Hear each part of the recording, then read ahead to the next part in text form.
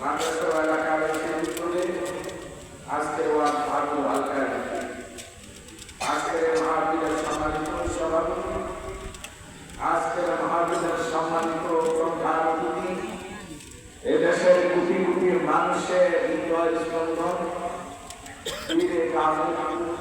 আল্লাহর হযরত মাওলানা মুফতি সৈয়দ মুহাম্মদ ফয়জুল করিম সাহেবের সরমনায় জামাত বারাকাতুল আলিয়া আমন্ত্রিত সকল ওলামায়ে কেরাম, আদর্শ আল্লাহ পাকের আশীর্বাদ জাকিরিন সালেহিন মুফতির বান্দাগণ, সরদার দুজাহান সাইয়্যিদুল মুরসালিন উম্মতের কান্ডারি, বিশ্ব মানবতার মুক্তির দিশারি, সত্যের দিশারি, সাইয়্যিদুল আম্বিয়া, খাতামুল আম্বিয়া, আকায়ে নামদার তাজদার মদিনা মুহাম্মদুর রাসূলুল্লাহ সাল্লাল্লাহু আলাইহি ওয়াসাল্লামের মহব্বতের মধ্যে মহান প্রভুর দরবারে লাখো কোটি শুকর ও সুজুদ, যিনি আমাদেরকে হয়তো আসরের পর থেকে এই সময় পর্যন্ত আজকের এই মাহফিলে উচ্চ কণ্ঠে একবার সবাই কালিমাতুশ শুকর আদায় করি আলহামদুলিল্লাহ।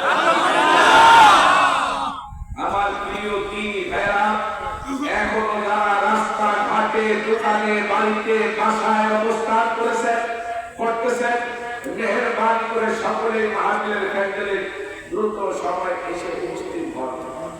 কারণ আপনি যতক্ষণ বলবেন ততক্ষণ পর্যন্ত আপনার উপর সবুরত নাযিল হতে থাকবে, রহমতের ফেরেশতারা আপনাকে বেষ্টন করে আল্লাহর কাছে দোয়া করতে থাকবে, আর আপনার আমার ব্যাপারে আল্লাহ ফেরেশতাদের কাছে প্রশংসা আলোচনা করবে। আর আল্লাহ পাক রব্বুল আলামিন আমাদের প্রতি আল্লাহ পাকের দয়া ও মেহেরবানি অবতীর্ণ করবেন। তাই আপনারা মাহফিলে আসলে বসলে লাভ বেশি, তাকিয়ে থাকবে লাভ বেশি। এই লাভের কাজ কোনো জ্ঞানী মানুষেরা ইচ্ছা করে কি ফেলে দেয়? ছেড়ে দেয়? দূরে থাকে? তাহলে সকলেই মাহফিলের প্যান্ডেলে বসার জন্য বিশেষভাবে অনুরোধ জানাচ্ছি। আল্লাহ পাকের অসংখ্য ফেরেশতারা এই মাহফিলটা বেষ্টন করে আকাশ পর্যন্ত দাঁড়িয়ে আছে। আল্লাহ পাকের রহমতের সামিয়ানা দ্বারা ঢেকে রাখছে। আল্লাহ পাকের বিশেষ শুকর ও শান্তি অবতীর্ণ করতেছে, আমাদের প্রশংসা আলোচনা ফেরেশতাদের কাছে করতেছে। এই যে কথাটা শোনাইলাম, এটা কি আমার কথা না রাসূলের হাদিস? ওয়ালা নবী সাল্লাল্লাহু আলাইহি ওয়াসাল্লাম, লা ইয়াকুতু কওমি ইয়াকুতুল্লাহ তাআলা ইল্লা হাফাতুল মালায়েকা ওয়া বাশিরাতুর রাহমাহ ওয়া নাযালাত আলাইহিস সাকিনাহ ওয়া যাকারাহুল্লাহু ফি মান ইনদা। এই হাদিসের অনুবাদটাই আগে করছি। তাহলে বলেন আল্লাহকে আল্লাহর নিকটবর্তী ফেরেশতাদের কাছে আমাদের আলোচনা প্রশংসা করেন, এটা আমরা কি খুশি না বেজা? খুশি। ফেরেশতারা বেগুনাহ মাসুম, নূরের তৈরি ফেরেশতাদের কাছে বেগুনাহ মাসুম ফেরেশতাদের কাছে আমাদের মতো গুনাহগারের আলোচনা প্রশংসা করেন। এর দ্বারা বুঝা যায় ফেরেশতাদের সে মানসিকতা। কি বলেন কথা ঠিক আছে? তো মানুষ দামি হয় কখন? জন্মগত কারণে মানুষ দামি হয় না, মানুষ কিন্তু গুণগত কারণে দামি হয়। জন্মগত কারণে যদি দামি হতো, আবু জেহেল, আবু লাহাব, সাহেব, আবু বাইরাও দামি হতো, কিন্তু তারা তো নিকৃষ্ট, তারা তো জাহান্নামের কি বলেন কথা ঠিক আছে? আর সাহাবায়ে কেরাম তারা জান্নাতের অধিবাসী বা জান্নাতের মেহমান। কি কারণে? গুণগত কারণে। সবচেয়ে কালো সাহাবী বেলাল হাফসি রাদিয়াল্লাহু আনহু, গোলামের সন্তান, গোলাম বংশের গোলাম, চেহারার সৌন্দর্য ছিল না, মুখের ভাষাও অস্পষ্ট ছিল, স্পষ্ট ছিল না, কিন্তু বেলাল হাফসি আল্লাহর কাছে দামি হয়েছিল কিন্তু। এটা বলেন তো, কিন্তু তার শিক্ষাগত কারণে, তার চেহারার কারণে, না তার বংশমর্যাদার কারণে, না তার লেখাপড়ার যোগ্যতার কারণে, কোন কারণে? তার গুণের কারণে। কি বলেন কথা ঠিক আছে? আল্লাহর কাছে বংশমর্যাদা নাই, আল্লাহর কাছে শিক্ষার মর্যাদা নাই, আল্লাহর কাছে মর্যাদা হলো যার ঈমান আমল যত ভালো সেই ব্যক্তি আল্লাহর কাছে দামি। আমরা আল্লাহর কাছে দামি হতে চাই কিনা? যদি আল্লাহর কাছে আমরা দামি হতে চাই, তাহলে সর্বপ্রথম আমাদের ঈমানের মধ্যে যে কথাটা আমরা বলি লা ইলাহা ইল্লাল্লাহ, আল্লাহ ব্যতীত কোনো সৃষ্টিকর্তা নাই, পালনকর্তা নাই, আইনদাতা নাই, মুক্তিদাতা নাই, বিধানদাতা নাই। আমাদের সৃষ্টিকর্তা কে? আল্লাহ। আমাদের পালনকর্তা কে? আল্লাহ। আমাদের আইনদাতা কে? আল্লাহ। আমাদের মৃত্যুদাতা কে? আল্লাহ। সৃষ্টিকর্তা ওই মহান জাত স্রষ্টা, যিনি সৃষ্টি করেছেন সকল সৃষ্টিকে। এখানে একটা কথা আছে, যার মধ্যে চারটা যোগ্যতা থাকবে সে হবে সৃষ্টিকর্তা, পালনকর্তা, আইনদাতা, মৃত্যুদাতা। এক নাম্বার হলো ইলমুল মালিক হওয়া, ব্যাপক জ্ঞানের অধিকারী হওয়া, যার জ্ঞানের কোনো সংখ্যাও নেই, সীমাও নাই। বলেন তো এই এলেম কার? আল্লাহ। আল্লাহর এলেমের কোনো সংখ্যা আছে, পরিমাণ আছে, আকার আছে? এক সাগর, বিশাল সাগরের থেকে একটা সুই ঢুকায়া টান দিলে সুইয়ের মাথায় যে পরিমাণে একটা ছোট পানি, এই পানিটা সাগর থেকে পড়লে সাগরের পানি কমবে, রাখলে সাগরের পানি বাড়বে। সুইয়ের মাথা এক ফোঁটা পানি সাগরের পানির সাথে যেমন তুলনা নেই, গোটা পৃথিবীর জিন ইনসান সবার এলেমের সাথে আল্লাহর এলেমের কোনো তুলনা নেই। তাই সৃষ্টিকর্তা, পালনকর্তা, আইনদাতা, মৃত্যুদাতা আল্লাহ ছাড়া কেউ হতে পারে না। প্রমাণ কি? প্রমাণ হলো এই যে খাতা পাতা বসা আছে, কারো চেহারার সাথে কারো চেহারা মিল আছে, কণ্ঠের সাথে মিল আছে, চোখের মিষ্টির সাথে মিল আছে, অনেক কিছুতে মিলে, এমনকি হাতের আঙুলের টিপের সাথে মিল আছে। বলেন হাতের সই নকল অনেকে করতে পারলেও পৃথিবীতে আজ পর্যন্ত কেউ জন্মায় নাই হাতের আঙুলের সাপের সাথে কারো সাপের মিলে দেবে। কি কথা ঠিক না বেশি? এই ব্যবধান করে কে বানাইলে? তাহলে বোঝা গেল ইলমুল মালিক কে? আল্লাহ। আর ওরে বল কে? আল্লাহ। আল্লাহ ছাড়া রহমত বিপদার কারণ নাই। যারা সৃষ্টিকর্তা, পালনকর্তা, আইনদাতা, মৃত্যুদাতা আল্লাহকে মৃত্যুর আজ মুহূর্ত পর্যন্ত মানবে, মারা যাওয়ার পরে উন্নত মানুষ হিসাবে তার কবরটা জান্নাতের বাগান হবে। আমরা আমাদের কবর জান্নাতের বাগান দেখতে চাই। প্রথম প্রশ্নই তো কোনো ফেরেশতা আয়েশা যখন মানুষ দাফন করার পরে জীবিত লোকরা চলে যায়, যখন এই মৃত্যুর বসাইয়া গান প্রশ্ন কটা তিনটা কমন প্রশ্ন, তিনটা প্রশ্ন। প্রথম প্রশ্ন হবে তোমার দুই নাম্বার প্রশ্ন হবে তোমার ধর্ম কি? তিন নাম্বার প্রশ্ন নাবিয়ুকা, তোমার নবীর ইশারা বলা হবে মানে এই তিনটা প্রশ্নের জবাব জানার কথা বলতে পারবে তাদের কবরে জান্নাতের বাগানে আছে। বলেন তো এখন এখানে গুণগত মানুষ যদি না হয় তাহলে কি সম্ভব? जैसे दिल में वो नहीं आए वे वो दूर नहीं, जिस दिल में ईमान नहीं वो दिल तो दिल नहीं। সেই ফুলের মধ্যে গ্রাম নাই না যেমন ফুল নয়, যে মানুষের প্রতি ঈমান নাই এটাও মানুষ না। কি বলেন কথা ঠিক আছে? এখন ঈমানদার কারা? ঈমানদার তো তারা করবে, জীবন দিবে, সব কিছু ত্যাগ করবে, সব বিসর্জন দিবে, আল্লাহ রাসূলকে বিসর্জন দিবে না, সব বিসর্জন দিবে, জীবনটার বিসর্জন দিবে, ঈমান বিসর্জন দিবে না। সব ছাড়তে পারে, কোরআন ছাড়তে পারে না, সব ছাড়তে পারে, হাদিস নবী সুন্নাহ ছাড়তে পারে না। তারাই আসলে প্রকৃত পক্ষে উন্নত মানুষ। কি বলতে ঠিক? তারাই জবাব দিতে পারবে রাব্বি আল্লাহ, রাব্বি আল্লাহ। তারাই জবাব দিতে পারবে দ্বীন ইসলাম, আমার ধর্মের নাম ইসলাম। তারাই তো সম্পর্কে জবাব দিতে পারবে মুহাম্মদুর রাসূলুল্লাহ সাল্লাল্লাহু আলাইহি ওয়াসাল্লাম। এই তিনটা প্রশ্নের জবাব যখন যথাযথ হবে তখন এই কবরটা জান্নাতের বাগান হয়ে যাবে। এই তিন প্রশ্নের জবাব দিতে হলে রব্বানা কারে? আল্লাহ। সৃষ্টিকর্তা, পালনকর্তা, আইনদাতা, মৃত্যুদাতা আল্লাহ ছাড়া কেউ নাই। ডাক্তার বাঁচাইতে পারে না, সুস্থ করতে পারে না, সুস্থ করে কে? আল্লাহ। এই এক একটা বিষয়ের উপর আলোচনা করতে গেলে লম্বা সময় প্রয়োজন। এত লম্বা সময় না, আমার শায়েখ আয়েশা দিতে আছে। এই জন্য সংক্ষেপে কথা বুঝতে হবে, রব কে? আল্লাহ।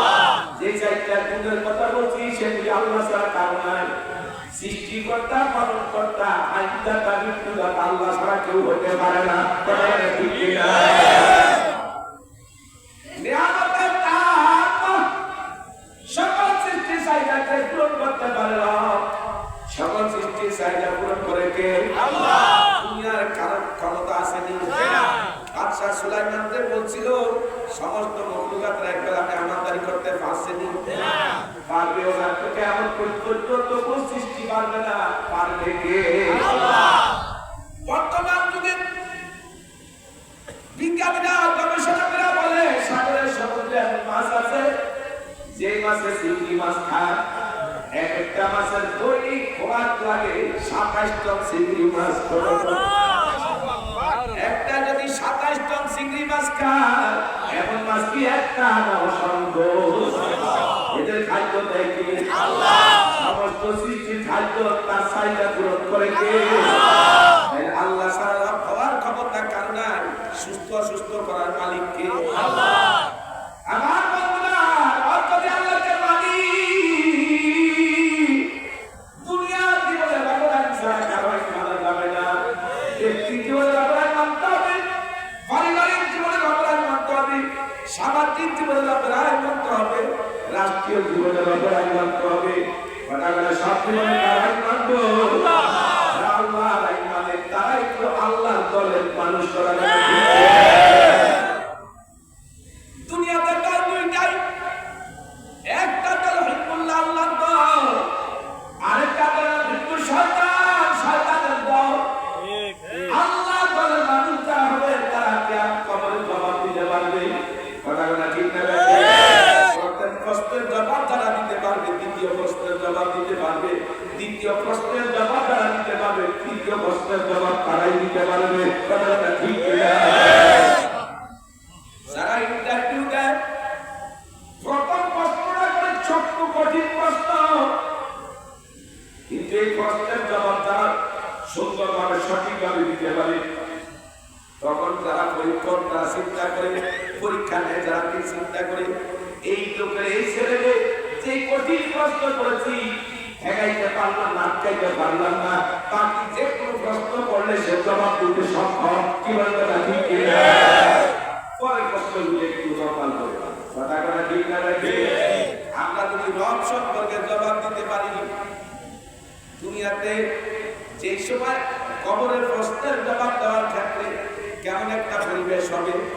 ম্যাজিস্ট্রেটের সামনে একটা ছাত্র লেখাপড়া করে যারা পরীক্ষা দিতে যায়, পরীক্ষা হলে অনেকে কাপড় রেজিস্টারদারি করে ক্যান্সেল করে দেয়। কথা ঠিক না? বন্ধুরা আমার, হাতে লাঠিও নাই, তারা আমাদের মতোই মানুষ। এত ভয় পাওয়ার কারণ কি? এত ভয় পাওয়ার কারণ হলো তার হাতে ক্ষমতা আছে। কথা ঠিক না? এক্সেল করে দিলে আর কোনোদিন সে এক্সেল করে দিলে আর কোনোদিন আগানোর সুযোগ নাই। এক্সেল করে দিলে আগাইতে পারবে? আমার বন্ধুরা, খাতা যখন নিয়ে যাবে, লাল কালির সিগনেচার হয়ে যাবে, রেজিস্টার সিগনেচার হয়ে যাবে, পরীক্ষা দেওয়ার সুযোগ নাই। আমার বন্ধুরা, দুইজন ফেরেশতা মুনকার নাকি আয়েশা প্রশ্ন করবে, কিন্তু তাদের হাতে কি থাকবে? লোহা থাকবে। আসমানে মাতার জমিনে পাও জবাব দেওয়া বলবে, মা রব্বুকা, তো রবকে কও। এমন কঠিন প্রশ্ন যখন করবে খবর দিয়া, আল্লাহর নবীর জীবনের চেয়ে বেশি ভালোবাসা না তার, নবীকে যদি বেশি মহব্বত করা না যায়, ইসলামকে মনে প্রাণে যদি মানা না যায়, প্রশ্নগুলির জবাব তো কঠিন। কি বলে কথা ঠিক কিনা? এই প্রশ্নের জবাব যদি দিতে হয়, দুনিয়াতে কার আইন মানবে? আল্লাহ। আল্লাহর আইন আসমানে মানে, আল্লাহর আইন জমিনে মানে, আল্লাহর আইন গাছে মানে, আল্লাহর আইন মাছে মানে, আল্লাহর আইন নদীতে মানে, আল্লাহর পাহাড়ে মানে, আল্লাহর আইন দিনে মানে, আল্লাহর আইন রাত্রে মানে। কথা বলা ঠিক না? গাছে ফল দেয় না আল্লাহ দেয়, গাছে বাচ্চা দেয় আল্লাহ দেয়, দাঁড়িয়ে দুধ দেয় আল্লাহ দেয়। আল্লাহ সুবহানাহু ওয়া তাআলা বলেন, মারাকাল বাহরাইনি ইয়ালতাকিয়ান বাইনাহুমা বারযাখুন লা ইয়াবগিয়া। দুইটা নদী, গরম নদী জোয়ার ভাটা হয়, কিন্তু বাজারটা আল্লাহকে মাঝখানে রাস্তা করি নাই, ওয়ালও করি না, একটা আরেকটার সাথে মিশে না। এই নদী কারাই মানলো, নদী আল্লাহ মানলো, মাঝখানে বেড়াও নাই, হলো না, তরল পানি একসাথে জোয়ার হয়, একসাথে ঢাকাও, একটা একটা লাগাও দখল করে না, একটা আরেকটার সাথে মিশে না। ও মুসলমান, তুমি আমি মুসলমান হইয়া ইহুদি খ্রিস্টান নাসারা বিভিন্ন বিধর্মীদের পোশাকে আশাকে চলা ফিরায় তাদের মতো কেন হব? আল্লাহ তো মুসলমানের জন্য নির্দিষ্ট কিছু নিয়ম দিয়া দিছে। কথা একটু জিকির করেন লা ইলাহা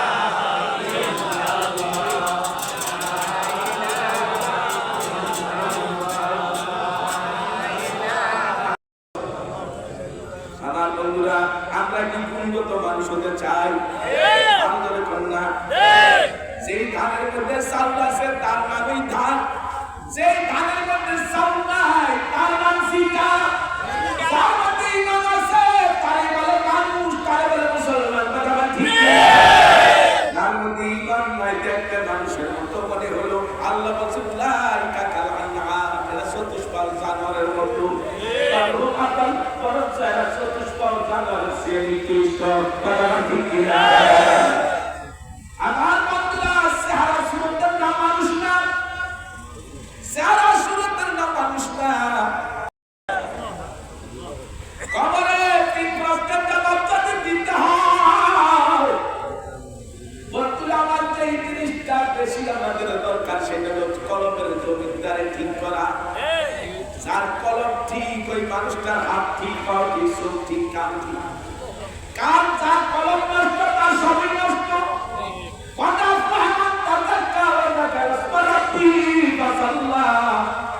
আল্লাহ বলেন যারা আত্মশুদ্ধি অর্জন করেছে তারাই সফল কাম, তারাই কামিয়াব হয়েছে। আত্মশুদ্ধি অর্জন করবেন কিসের দ্বারা? আল্লাহ আল্লাহ নামের জিকির যারা বেশি করবে আর নামাজটা যারা খুশুর সাথে সুন্দর করে আদায় করবে, এই দুইটা মেডিসিনের কথা এখানে বলছে। বন্ধুরা আমার তাকে আল্লাহ জিকিরও লাগে। কথাটা ঠিক কিনা? আমাদের দেশে একজন আছে জিকির পছন্দ করে, এরা কয় নামাজ জিকির, রোজা জিকির, অমুকটা জিকির, তমুকটা জিকির। আমরা বলি এগুলো জিকির আল্লাহ স্মরণ হয়, কিন্তু আল্লাহ টাকা বাঁচনা আল্লাহ পাক এখানে বলছে আল্লাহর নামের জিকির করার কথা।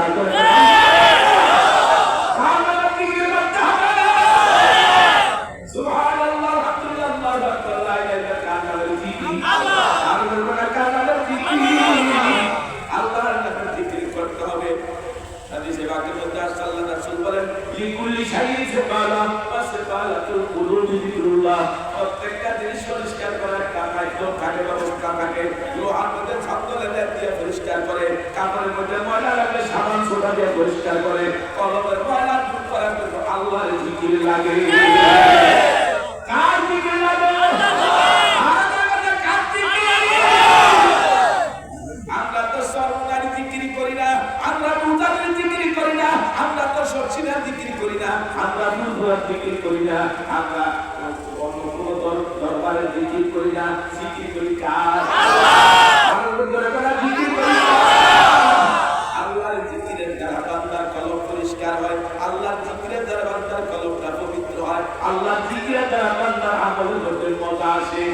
যখন জ্বর হয় পানিও তিতা লাগে, তার জন্য গলা বিলানি সব মুখে তিতা লাগে। এই তিতা লাগার পিছনে কারণ হলো জ্বর। কথাটা ঠিক কিনা? ডাক্তারের কাছে যান, ডাক্তার জ্বর করবে, ঔষধ লিখে দিচ্ছে, রোগী ঔষধ ক্রয় করে সেবন করার পর তখন জ্বর ভালো হয়ে যায়, মুখে আর রুচি থাকে না, তিতা লাগে না, পেট পুড়িয়ে খাইতে পারে। কথাটা ঠিক কিনা? এটা হইল কেন? যখন আমার কলমের মুখের জ্বর দূর হয়ে গেছে, দেহের জ্বর দূর হয়ে গেছে, তখন খানার মধ্যে মজা আসছে। ঠিক আমাদের কলমের মধ্যে রূপে ধরার কারণে নামাজে মজা পাই না, রোজার মজা পাই না, পর্দায় মজা পাই না, জিকিরে মজা পাই না, তিলাওয়াতে মজা পাই না, আল্লাহ ওয়ালাদের কথায় মজা পাই না। এই নামাজের ভিতরে কারণ আমাদের কলমের মধ্যে রূপে আছে। এই কলমের রূপ দূর করার জন্য বন্ধুরা আমার আল্লাহ ওয়ালাদের সহবতে যায় তাহারুল ভাই ডাক্তার, সরকার সাহেব ভাই ডাক্তার, এই ভাই ডাক্তার প্রেসক্রিপশন বলে মানে আমাদেরকে 5 5টা ওষুধের কথা বলে যায়। এই 5টা ওষুধ ঠিক মতো ব্যবহার করলে তোমার কলমের রোগ দূর হয়ে যাবে। কলমের রোগ দূর হয়ে গেলে তখন সেন্টার মজা পাইবা, তিলাওয়াতের মজা পাইবা, কেরাতের মজা পাইবা, রুকুর মজা পাইবা, সেন্টার মজা পাইবা। যত করবা তত মজা কথা বলে ঠিক না? এই মজার জন্য তো কলমটা ঠিক করা দরকার। বন্ধুরা আমার, পবিত্র কলম ছাড়া আল্লাহ জান্নাতে জায়গা না। লা ইয়ানফাউ মালু ওয়ালা বানুন ইল্লা মান আতাল্লাহ বিকলবিন সালিম।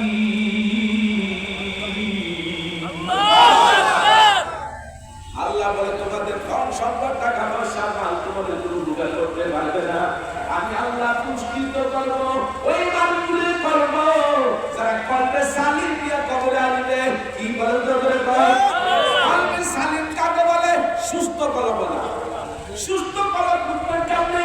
যখন আপনার কাছে দেখা বলে মজা লাগে, আপনার কাজ খারাপ লাগে, জুয়া খারাপ লাগে, তাস খারাপ লাগে, নাচ গান খারাপ লাগে, আপনার দিকে তাকাইতে খারাপ লাগে।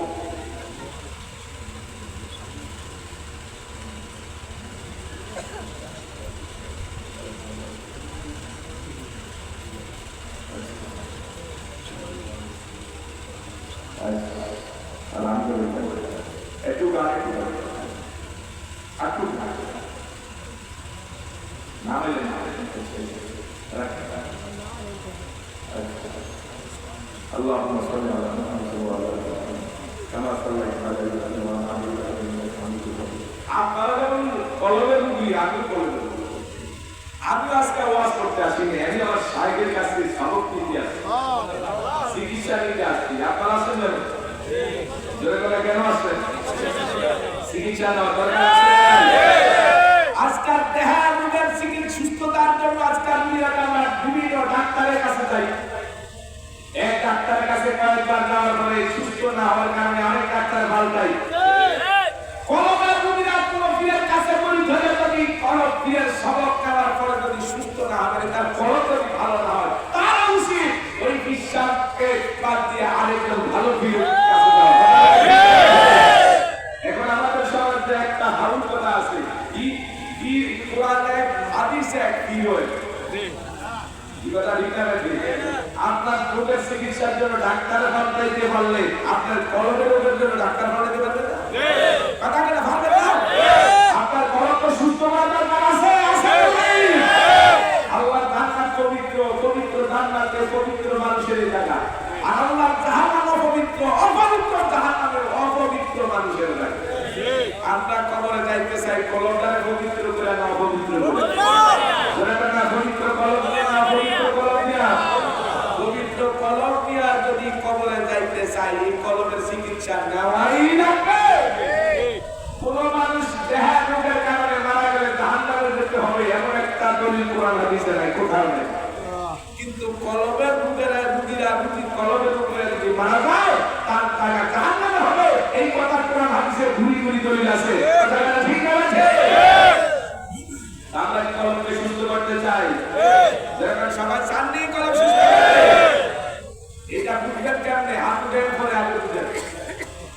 এই কলম সুস্থ করার জন্য শায়েখের কাছে মুরিদ হয়ে বায়াত হয়ে সব আমল করতে হবে। দুইবেলা জিকির আজকার করতে হবে, যে নিয়মে বলা। সাপ্তাহিক হালকা জিকির তালিম বসতে হবে। মাসিকের দেওয়াও সর্বদারিতে থাকতে হবে। আল্লাহ ওয়ালাদের কিতাবাদি প্রতিদিন পড়তে হবে। কারণ আল্লাহ ওয়ালা লিখিত যেসব কিতাব রেখে গেছে, এগুলি পড়লে পাপিরা দিল মতো হবে। কি কথা ঠিক না? এর মধ্যে রুল আছে। 5 নাম্বার হলো আল্লাহ ওয়ালাদের দরবারে বাৎসরিক ছুটি মাহফিল হয়, মাহফিলে নিয়মিত যাওয়া, বিনা করে কামাই না দেওয়া। এই 5 ঔষধ যে মুরিদের ঠিক আছে, সে দিন দিন আমলের দিক থেকে অনেক আগে আছে।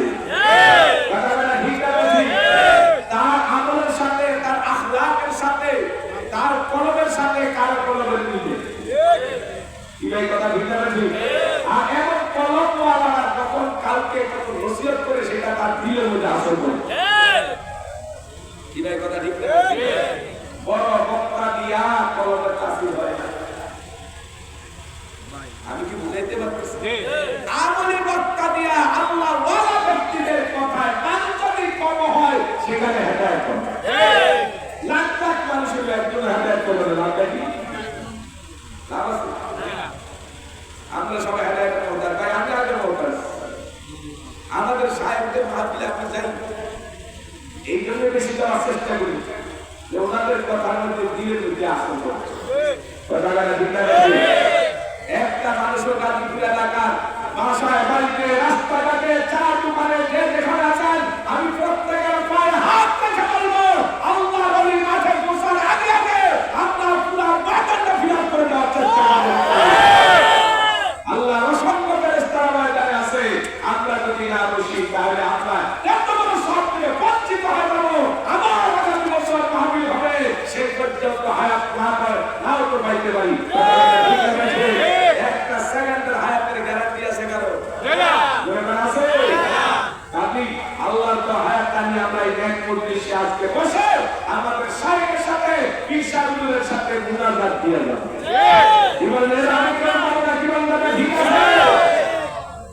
আল্লাহর ওলির নামে এখানে একটা মাদ্রাসা কাজ করা হয়েছে, নাম হলো মাদ্রাসা কারিমিয়া ইসলামিয়া গাজীপুর। একটা চমৎকার একটা মাদ্রাসা এখানে করার জন্য আল্লাহর কোরআনের তালিম, আল্লাহর কোরআনের হাফেজ আলেম তৈরি করার জন্য, নবীর হাদিস এবং নবীর সুন্নাহ শিক্ষা দেওয়ার জন্য এখানে একটা মাদ্রাসা হয়েছে। মাদ্রাসার কাজ শুরু করছে। এই মাদ্রাসার জন্য আপনাদের সহযোগিতা লাগবে। যে আল্লাহ দ্বীনের সাহায্য করে আল্লাহ তার সাহায্যকারী হয়ে যায়। কোরআনের আরেক আয়াতে আল্লাহ বলেছেন ইন্নাল্লাহা আশতারা মিনাল মুমিনিনা আনফুসাহুম ওয়া আমওয়ালাহুম বিআন্না লাহুমুল জান্নাহ।